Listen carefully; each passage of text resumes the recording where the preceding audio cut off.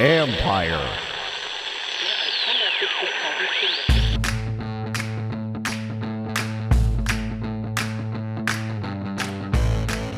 Hello and welcome to my podcast. Do me a favor, subscribe to the John Con Report wherever you get your podcast.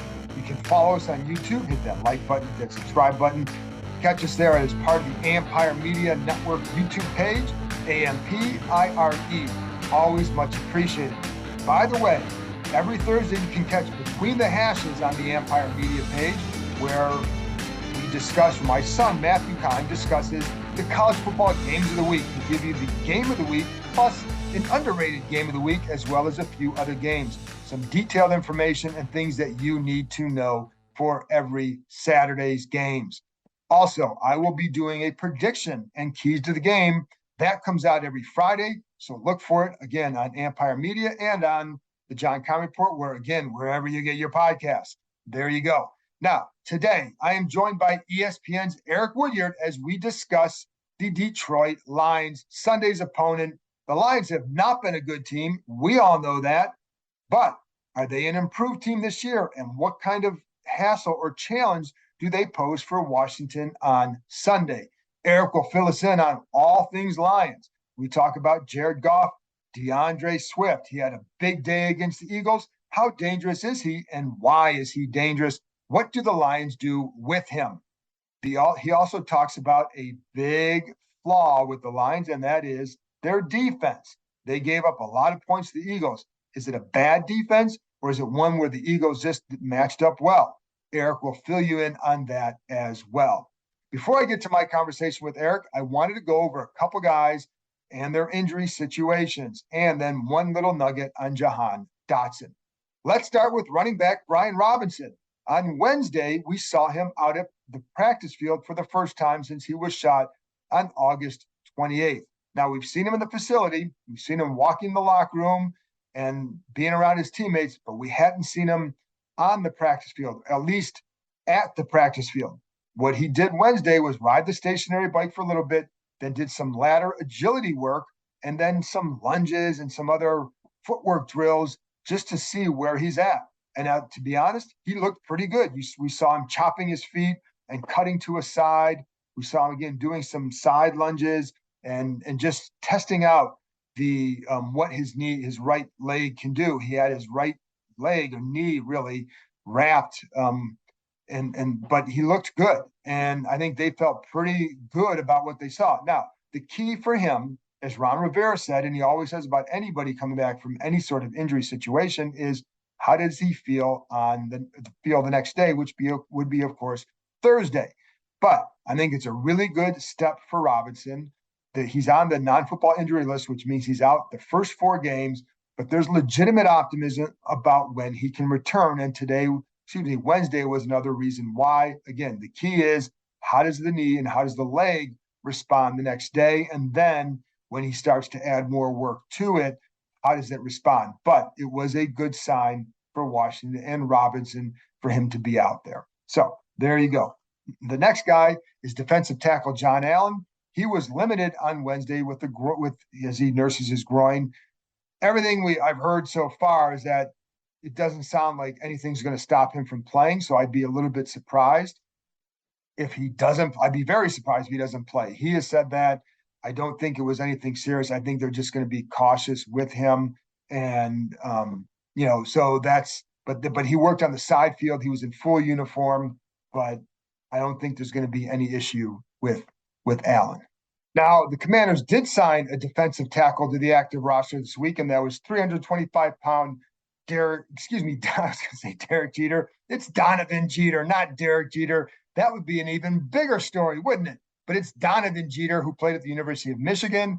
He was an undrafted free agent signed by the Steelers, cut by the Steelers. Washington picked him up earlier this week. The couple of things that Ron Rivera said he liked about him was that he called him a space eater. Again, 325 pounds. That's one of the things they liked about Fidarian Mathis. So they hope that Jeter can give them some of what they were hoping to get from Mathis. Again, a guy who eats space. Rivera said he does like his first step. He feels like he's got some quickness. But let's not make him out to be too much. The Steelers did cut him, so we don't know what they're really getting. But again, the 325 pounds is a key, and that they wanted somebody who can occupy a little bit more inside there and give them a bigger body than than guys like Payne and Allen. So there you go. Now you know. The other guy that I want to talk about is Cam Curl. He did dress and go through. He was limited in practice on Wednesday, but he was in his helmet. He was in full uniform and full gear like everybody else. Didn't see him doing some of the drills with the defensive backs during their individual portions, like things like working with the dummy bag and tackling and all that. Didn't see him do that. He still has a pad around his hand and a brace to hold his thumb in place. And he's told us after practice, during an open lock, actually it was after practice, that he told us that a lot of it is just making sure the ligaments are going to be held in place. So he hasn't even done anything like catch a ball yet because they're not sure yet. But there is certainly a chance that he returns on Sunday. That's big because of how the Commanders like to use their defense. And earlier on the YouTube show, Bram and I were asked about what happens when Cam Curl comes back and you have Derek Forrest. Well, that's, first of all, it's a really good thing for them. That's the first thing. Second thing it does is it gives them more defensive flexibility. And we saw some of the issues that Jamin Davis had in coverage the other day when the alignment got him matched up with a Christian Kirk. Now that you can't blame Davis for not stopping a Christian Kirk. Now he could have played some of that stuff better. He was still in a mismatch, and that was always going to be a tough one. But if they can get the third safety out there like a Cam Curl with some size, now you can do some different things with that front. So you could go to a 5-1 front, 5 defensive linemen, Cole Holcomb, and then a 3 safety alignment with Cam Curl being that big safety, the role that Landon Collins played last year. And he can do that better than the other safeties because he's just got more size, and he also is a very smart player, has done it. So, and I think it takes, because you have to play multiple roles, you have to have a great deal of knowledge, and I think Curl has that. That's one of the benefits of when he comes back, something they could do. And I think when you have a team like the Lions who like to use DeAndre Swift a lot, they also have the tight end and TJ Hawkinson that they like to go to. So I think getting a guy like Curl back would give them another option and something that they can do. And if they wanted to take out Jamin Davis, they can put in Cam. Cam Curl ought to be on the field. They can put in Derek Forrest, and he'd be in the back with Bobby McCain and doing some, however they want to deploy them. But it gives them another defensive option. So pay attention to that. We'll see. But we don't know for sure when Curl will return. Last guy I want to talk about is receiver Jahan Dotson. And it's funny because Terry McLaurin was talking about this to us with the media on Wednesday, that how nonplussed Dotson seems to be with what he's done. Now, he only had 3 catches, only 3 catches. 2 of them, of course, were for touchdowns, including the game winner. Those were both very good plays, good routes by Dotson to get open, great adjustment in the end zone on the second one. Just a really nice debut for the rookie from Penn State. He hasn't walked around like he's done anything. He's a very even-keeled kid, and I think that's one of the things that has impressed some of his teammates. And it's funny because I was talking to somebody on the way home from work on Wednesday, somebody who played in the NFL, somebody who knows his stuff, somebody who really studied, who's very smart about it, and did happen to watch the Commanders game Sunday. And I asked him what he thought about the offense, and we're talking about potential explosiveness, et cetera. Now, this was his opinion, but he asked me, who do you think defenses or other teams are going to fear the most? And before I could answer, his reply was, I think it'll be Jahan Dotson. Now, is it one person? It's his opinion. It's one person I talked to, but I thought it was interesting. And to be honest, when he asked the question, I knew that's where he was going to go, but it's because he really likes the explosiveness that Dotson plays with, the route running, and how mature he seems to be as a player already. What if that's how deep other teams feel? I don't know. I know it's how this one person does feel. So now you know. All right, that's it from me. Let's get to the conversation about the Detroit Lions, because that's who you need to know about since Washington plays them on Sunday. So here's my conversation with ESPN's Eric Woodyard. The NFL's opening week was action-packed, and it's just getting started. Get ready for week 2 of touchdowns, big plays, and even bigger wins with DraftKings Sportsbook, an official sports betting partner of the NFL. This week, new customers can bet just $5 on any football game and get $250 in free bets instantly. Everyone can experience the thrill of DraftKings early win promotion. It's simple. This Sunday, bet on any NFL team to win. If your team leads by 10 at any point during the game, you get paid instantly, even if your team loses. Download the DraftKings Sportsbook app now and use promo code KEIM, K-E-I-M, to get $250 in free bets instantly when you place a $5 bet on any football game. That's code KEIM, only at DraftKings Sportsbook, an official sports betting partner of the NFL. Minimum age and eligibility restrictions apply. See show notes for the details. Well, Eric, we have a matchup of two franchises that haven't done quite so well lately. You got one that has actually been worse, but you've had an interesting summer with Hard Knocks, etc. You have an interesting coach to cover. Let's start with, first, I do want to start with the Hard Knocks experience. What was it like seeing that? And I haven't covered a team that, Washington hasn't been on that. So what was it like covering that, and what did you learn about anything during that time? Yeah, it was crazy, man. I think just you could feel the excitement within training camp every day, because it would be like, man, 15, 20 cameras around all the time. You knew who they were. They had the Honolulu blue shirts that said Hard Knocks. They was just around every single day, and it was just fun, like just seeing the process of all the cameras that they had set up everywhere, and it just built another sense of excitement. It was already excitement entering the season, optimism, but that just exceeded everything with that. And the Lions were inviting out a lot of different local celebrities. You saw on Hard Knocks when Eminem came out. You saw right. Rapper Sada Baby, who's from Detroit. Yep. To just all these local guys. You saw even the Pistons general manager come out. Ha Davis, the entertainer from Detroit. It was just so many guys, and I think even they were excited. Jalen Rose was out one day. And I think that just built, so much optimism and hype around this season. And just to see, how detailed that process was, it was definitely fun. What I learned from it, I think I was pretty connected on my beat and understood a lot of those stories. I think just seeing it more than anything, we get a sense of how these guys are behind the scenes, but I think to actually see Dan and the jokes and Deuce Staley and those guys really see it. I think it just added a whole other dimension and humanized these guys much more. So I think the Hard Knocks experience actually helped the Detroit Lions, because it humanized these guys a lot more than what we normally would have saw from just writing about them. And it seems like Dan Campbell, obviously very big on motivation.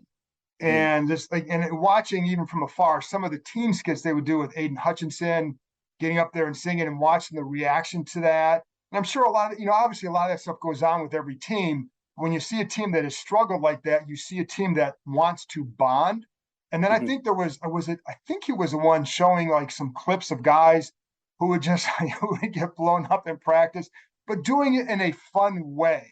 Right. I mean, what do you sense around this team that might be different this year, and how much of it is because of that kind of stuff?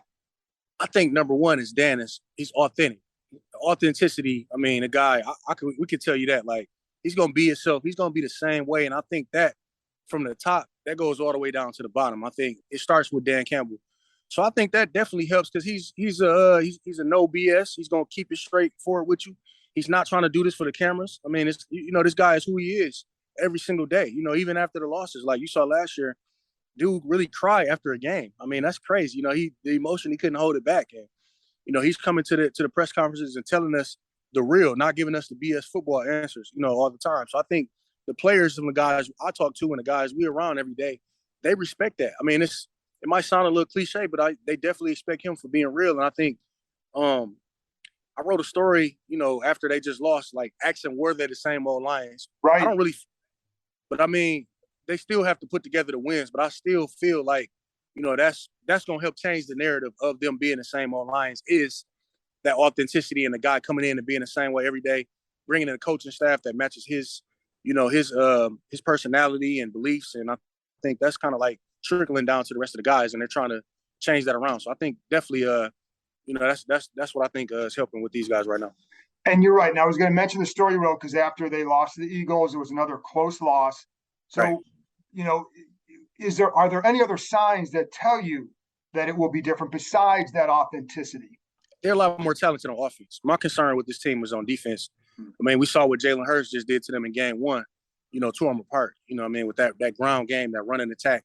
And I think it was 4 different guys from the Eagles that scored. I think that was the first time in the opener since like the 60s that 4 rushing touchdowns have happened for 4 different guys. So I think my concern with this team is defense. How I feel like they can be better. I feel like they've upgraded drastically on offense. I mean, look at DeAndre Swift. I mean, that guy, phenomenal, 144 yards out the gate. And I think that was purposely done. You look at how they managed his reps in the offseason coming in. They really protected him. It was almost like a luxury car. Shameless plug, but check out my story about how I did on him and his goals of wanting to be a 1,000-yard rusher and a 1,000-yard receiver, this year. And I think he came out and kind of set the tone. I think he's legit. Amon-Ra St. Brown, the wide receiver, coming into year 2, we saw he had another touchdown, set another Lions streak. I think it was 5 straight games of a touchdown. And, you got DJ Chark, so Jared Goff is surrounded by weapons. So I think that's where the upgrade is. And that's where I think they can change that narrative. My only concern is on defense moving forward. Well, let's stick with the offense for right now because of Swift. And you're right, that guy is explosive. And you would see glimpses of that before. And, obviously, but what is it, with him, like how are they getting him the ball to tap into that explosiveness? They're mixing it up with him because he got the ability to do both. Well, game running was working. He came out the gate in the first quarter with a 50-yard rush.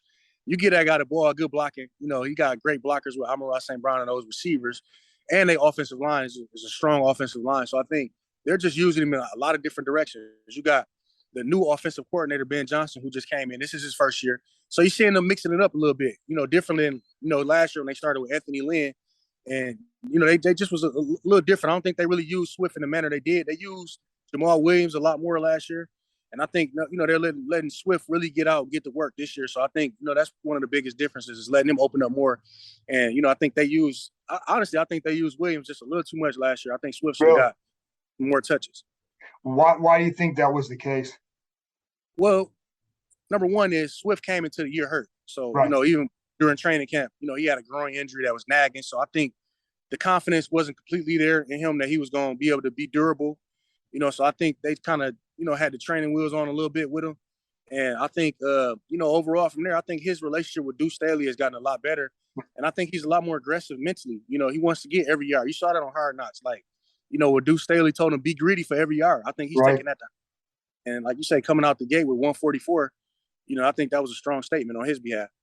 And, it's funny because you've been around athletes long enough to know that sometimes it's hard to change a mindset. So for him to get greedy and more aggressive, was it just about getting confident? Because it is hard to change that. So how has he changed that? I think he's just a chill person. Like, if you ever be around DeAndre Swift, I interviewed him recently. He's really laid back, man. Like, this dude is just like the coolest dude. Like, he have his little gear on and, he chill. He's really chill. And I think for a guy like, he respects a guy like Deuce Staley. He knows what he did in Philadelphia. He knows he played there. That was where he grew up in Philly. So I think having a guy like that reminds him almost of like being in Pee Wee League with his dad, who was really tough on him. His dad is like a bodybuilder and, was his coach his whole life. So I think just getting that, talking to him in a way that he can relate. So, he told me this when we interviewed. He said, I don't listen to how Deuce Staley delivers it, to me. I listen to what he's telling me, not the tone, but what he's telling me. So I think that confidence is just spilling over to him from the coaching staff, and particularly Deuce Staley, because he respects him. I would tell that to kids when I coach too. Don't listen to how, listen to what. Right. But what about Jared Goff? Because he first half, bit of a struggle. Then they, lied in the second half. So what's his story right now? I think Jared Goff, his confidence is a lot better this year. We talked about that all throughout there. You could see it from within training camp from day one. It just seems like last year, from being traded, never being really in the Midwest like that. He's been a Cali kid his whole life. So he's coming to a franchise, that's definitely not decorated, how the Rams are and going to Super Bowls and all that. I ain't been to a Super Bowl here since the 60s, haven't won a playoff game since the 90s. You know what I mean? So you're going into a completely different situation, a completely different coaching staff. Him and Anthony Lynn didn't always see eye to eye as far as, the offense. And I think it was a lot of different changes where I think this year it slowed down for him. He went back to the lab, went back to with his throwing coach out there and changed a couple of things within his stance, changed a lot of different mechanics, and they put weapons around him. And I think, that's helped him. The first half was a struggle. We saw that, but I think he played a lot better in the second half. I wouldn't say it was a bad game. I think it was a decent performance, and I think he can be even better. And you can't take away the fact that Philly is a solid team. That wasn't Philly's a good team. Team that they was playing against. So, you got to factor all those in. But at the end of the day, the reason why I did write that story about are they the same old Lions, they got to close out some of these games, man. Right. Like, that's 7 games with one score losses. That's no matter what, how you slice it and dice it, they play hard. I mean, that narrative gets old. So they got to start putting some of those, finishing some of those games. How much do you think that gets in their head too? Because, and even though, like you said, it's a new team, new year, it's hard to forget the past completely. Right. Definitely. I think it is. I mean, that's always going to linger. But I think that goes back to Dan Campbell, his motivational tactics. And, he said he told the guys, it's week 1. We're not settling with just these close losses. But at the end of the day, let's keep it in perspective. It's week 1. And if you ever hear Dan Campbell talk, man, it's almost like a WWE hype video every time. I think he is, he's good at the motivational tactics. But at the end of the day, they got to win some games. They coming into this week favored versus Washington. So, I think, they got to close out something. Are you surprised that they be favored? A little bit, yeah, I am. I'm a little surprised. I mean, there haven't been many games where the Lions are favored in. So, I mean, anytime that's the case. So, I am a little surprised. I am. It's a little surprising, but I guess that goes to show, like, I guess the hype behind this team. It's a little bit more confidence out here. Why is the defense still bad? Or is it bad, or is it just in transition? I think it's in transition. That's what it is. Just the talent level. I think they play hard. This team is trying to be built on grit, but I just don't think they have a lot of game changers out there who can just disrupt a lot of. I think Aiden Hutchinson is trying to grow into that, but he's only a rookie, 1 game in. They just started their 6th-round draft pick. Malcolm Rodriguez at linebacker. I mean, that kind of tells you, where they're not saying that he's done anything bad because he hasn't. Right. He's been, but I mean, that just says that a 6th-rounder can come in and take a spot. So it's like, that's just keeping it in perspective, man. We still don't know a lot about, Jeff Okudah and, the cornerbacks and the safeties and, that secondary back there. So I think that's another aspect within itself. So yeah, I think all those things within itself, they're really in the middle of a transition. Why in the run defense? Now I know Philly has a really good run game. Yeah, we know that, but they also gashed him big time on the ground. So what was the issue there? I think it was just the dynamic, that they haven't ran into a guy like Jalen Hurts. It's different. Obviously, it's not even a guy on the practice squad that can reciprocate, what he's out there doing when he actually playing. So I think it started with him, man. He just burned him. And I think, even when he wasn't running, he was a decoy the other way. So I think, that was just him being dynamic. If I'm being honest, I think that started a lot with him. How has Hutchinson looked in camp and in, obviously the first game? Yeah, I mean, it's number one, he's been all business, number one. Like, seriously, from day one, arriving early, leaving late. He was a pro even before he was a pro. I mean, I think we saw that right away. This guy would be running heels after practice, working on his stance after practice. Like, we right there, when we do our interview. So we're seeing the work he's putting in. And even his teammates from day one, they praised him. This guy's here. We see him. He's trying to set a record every day he's going to the weight room. Like, these are the stories you're hearing coming out of camp. But I think, with the defense being the way it is, he's going to face a lot of double teams. And I think, it's going to be a learning experience for him. But I think, he's going to be fine, man. He's worth all the hype, and he has the mentality. I mean, obviously, the Lions are an organization that's special to him, so he's taking on that responsibility, being a Michigan kid. So I think he's going to be fine, man. I really do. Yeah, as an Ohio State guy, I watched him. He won that game up front. Like, he hurt them up front, and that's, this guy can play. So I think eventually he's going to be a good player. It's just a matter of, to be honest, probably just a matter of when. Yeah. Because we're, first of all, I know it's Tuesday, so we haven't really been able to dive too much into matchups and all that. Do you like the Lions in this game? Are you far enough along to say that, or do you just say, like, well, let's see how the week goes, or what do you think? I'm literally, let's see how the week goes. Like, because I like some of the things that Detroit did, but I'm still not 100% convinced that, a lot of those changes are going to translate. I still need some more time. I don't know what this team is, particularly, just after 1 week. That's why we posing that question. Are they the same old Lions? We don't know that.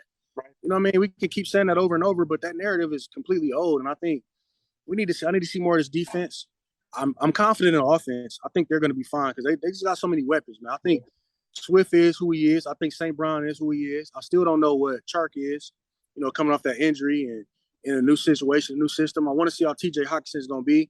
So I think I want to see what Jared Goff is going to be. I mean, we saw him rally late, but it's easy, not easy, but when you playing from behind a lot of times in desperation mode, you're going to do different things. So I want to see him put together a full game and, see if those changes that he made is going to make his team better. So I don't know just yet what this team is, man. It's hard to dive into the matchup. And it's hard to know. I think in the NFL, it's hard to know in general how good a team is until a few weeks, because we don't know how, what if the Eagles are really, really good and the Lions play them that well, then you look at them differently. And I think the Eagles are a good team. So you do look at it like that. But then, these guys beat Jacksonville. How good are they? So we don't know. I mean, I like what I saw from Washington's offense. It was really good.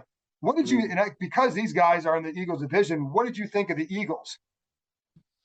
Man, I thought the Eagles looked, we know what they're going to do. We know they're going to pound it on that ground. I thought they looked pretty solid. I mean, they wasn't great either. It wasn't like they was just out there just great, but I think they did look pretty good. I still, like I said, I want to see a couple more games and see if they can continue that trend. But I thought they were solid. I think there was both teams. It was week 1, so nobody really just blew me out the water, if I'm being honest. Because the big question with Jalen, we know he can run. How it looked like the past game? How'd that look to you? Yeah, definitely with his targets. I mean, I saw him. AJ Brown, he went off 13, 96. 10 receptions, 155 yards. I want to get that right. And he had 4 yards, but I don't know if that was because of the Lions secondary either. So, like, was it really great passing or was the Lions secondary not that good? Like I say, Jeff Okuda's coming off a season-ending injury, where he just tore his Achilles. So, those guys, you still need a lot to learn. So I don't know. I really don't. But I thought his connection with AJ Brown looked good. But outside of that, I wasn't really blown away with his pass game either. And then, so the last thing with the Lions secondary, what is the big, what are the bigger questions you have there? And you mentioned Okuda, who was a top 5 pick a few years ago. I know this team liked him as well. It's when they picked Chase Young. But what's the issue with the secondary, do you think? I'm just thinking just that coverage, man. Like, they get burned a lot. You know what I'm saying? Like, they get burned a little more to my liking. And that happened a lot last year. So I think overall, it's a lot of different things. Like, can they match up against those big receivers who usually get off when they play against Detroit going? And that's not to keep bringing up historical things, but that's just been a historical thing. A lot of guys get off, against the defense. But yeah, it's just a lot of different areas, man. And they just need to tighten up. Eric, I appreciate your insight. Very good. And people need to check them out, ESPN.com. And good insight, good information. Thanks a lot for joining me. Appreciate you, man. Thanks for having me anytime. That's it for this episode. Thanks to Eric for joining me, and thank you as always for tuning in. Again, check out the other Empire Media content on the YouTube page, on podcast. You can check out All's Caps with Steve Wino. The Capitals are starting up. He's on there with former Caps defenseman Carl Alsner. Also, Between the Hashes with Matt Kime, going over the biggest college games of the week. It'll come out on Thursday. Then don't forget my prediction and keys to the game, which will come out on Friday. I'll be back on Friday with my keys and predictions. So, talk to you next time.